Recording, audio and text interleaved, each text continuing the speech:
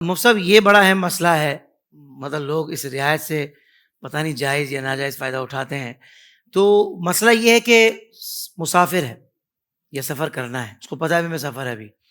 اب وہ سفر اختیار کرنے والا ہے، اس کو پتہ ہے نماز کا ٹائم ہو گیا ہے، لیکن وہ یہ بھی جانتا ہے کہ 2 گھنٹے بعد میں ایسی جگہ پر ہوں گا یا میرا سفر شروع ہوتے ہی میں مسافر جب بن جاؤں گا تو نماز پھر میری قصر ہو جائے گی.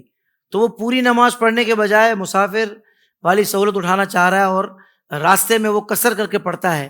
یا دوسری صورت میں یہ کہ مسافر تھا تو اس نے بولا کہ بھائی گھر پہنچوں گا تو میرا ٹائم باقی ہوگا نماز کا، پھر وہاں پوری پڑھنی ہوگی تو میں ابھی مسافر ہوں تو ابھی قصر پڑھ لوں. تو کیا یہ رعایت اٹھانا اس طرح مناسب ہے، درست ہے؟ دیکھیے، شریعت مطہرہ نے چونکہ ہمیں اجازت دی ہے کہ ہم پورے وقت میں کسی بھی وقت کے اندر نماز پڑھیں، وہ نماز ادا ہوگی. صحیح ہے. تو اب چونکہ شریعت کی طرف سے اجازت ہے اور شریعت یہ کہتی ہے کہ اگر دوران وقت کوئی مسافر ہو جائے تو وہ قصر پڑے گا، اور اگر اس نے وقت کے دوران حالت سفر میں نماز پڑھ لی تو اگرچہ وہ بعد میں مقیم ہو گیا تو اس کی جو نماز پہلے پڑھ لی تھی حالت سفر میں وہ بھی قابل قبول ہوگی. تو اس حد تک تو اس میں کوئی قباحت نہیں ہے، وہ کر سکتا ہے.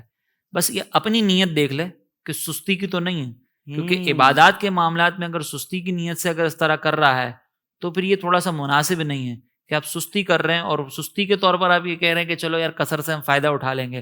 گناہ پھر بھی نہیں ہے، نماز پھر بھی ادا ہو جائے گی، لیکن سستی اگر کریں گے تو پھر نماز کا وہ جو کیف ہے، وہ جو برکت ہے نا، اس سے ہو سکتا ہے محرومی ہو جائے. صحیح. تو اس طرح کا انداز سستی کے طور پر اختیار کرنا مناسب نہیں ہے. صحیح. ہاں، اگر کوئی ویسے ہی کہہ رہا ہے کہ یار چلو ٹھیک ہے ہم اس سے فائدہ اٹھا لیں گے، کوئی سستی نہیں ہے، عام روٹین میں ہم اس کو دیکھتے ہیں کہ وہ نماز بھی خشوع و خضوع سے پڑھ رہا ہوتا ہے اور اس کو کوئی ایسی ملامت وغیرہ نہیں ہوتی، کوئی سستی کا نہیں ہوتا. اس نے کہا کہ چلو یار پڑھ لیتے ہیں، گھر پہ جا کے سستی ہو جائے گی، گھر پہ ہم سفر کی تھکن ہوگی تو ابھی ہمیں قصر سے فائدہ بھی اٹھا لیں تو خشوع و خضوع سے ہم نماز ادا کر لیں گے. گھر پہ پہنچیں گے، سفر کی تھکن ہوگی، پوری نماز پڑھیں گے تو وہ ذوق حاصل نہیں ہوگا.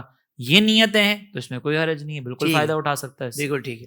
تو مفتی صاحب یہ تو آپ نے ارشاد فرما دیا کہ بھائی مسافر تھا اور اس کو یہ لگا کہ بھائی میں گھر پہنچ کے ہو سکتا ہے سستی ہو جائے، تھکاوٹ ہو جائے، تو اس نے مسافر تھا، اس نے نماز پڑھ لی.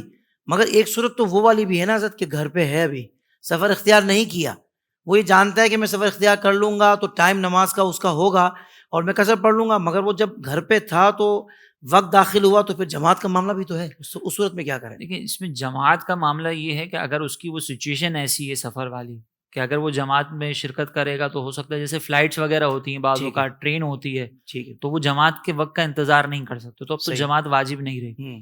ہاں، اگر ایسی سچویشن ہے کہ وہ اس کو پتہ ہے کہ جیسے عشاء کا وقت ہے، رات کو 11 بجے سفر کرنا ہے اور ابھی جماعت قائم ہو رہی ہے تو اب جماعت چھوڑنے کی اجازت نہیں ہوگی، کیونکہ ابھی سفر ہونا ہے 11 بجے، جماعت ہو رہی ہے 9 بجے، آپ گھر سے نکلیں گے 10 بجے. تو اس صورت کے اندر آپ کو چونکہ جماعت کی ادائیگی کا موقع مل گیا تو اب تو جماعت سے نماز ادا کرنی ہے.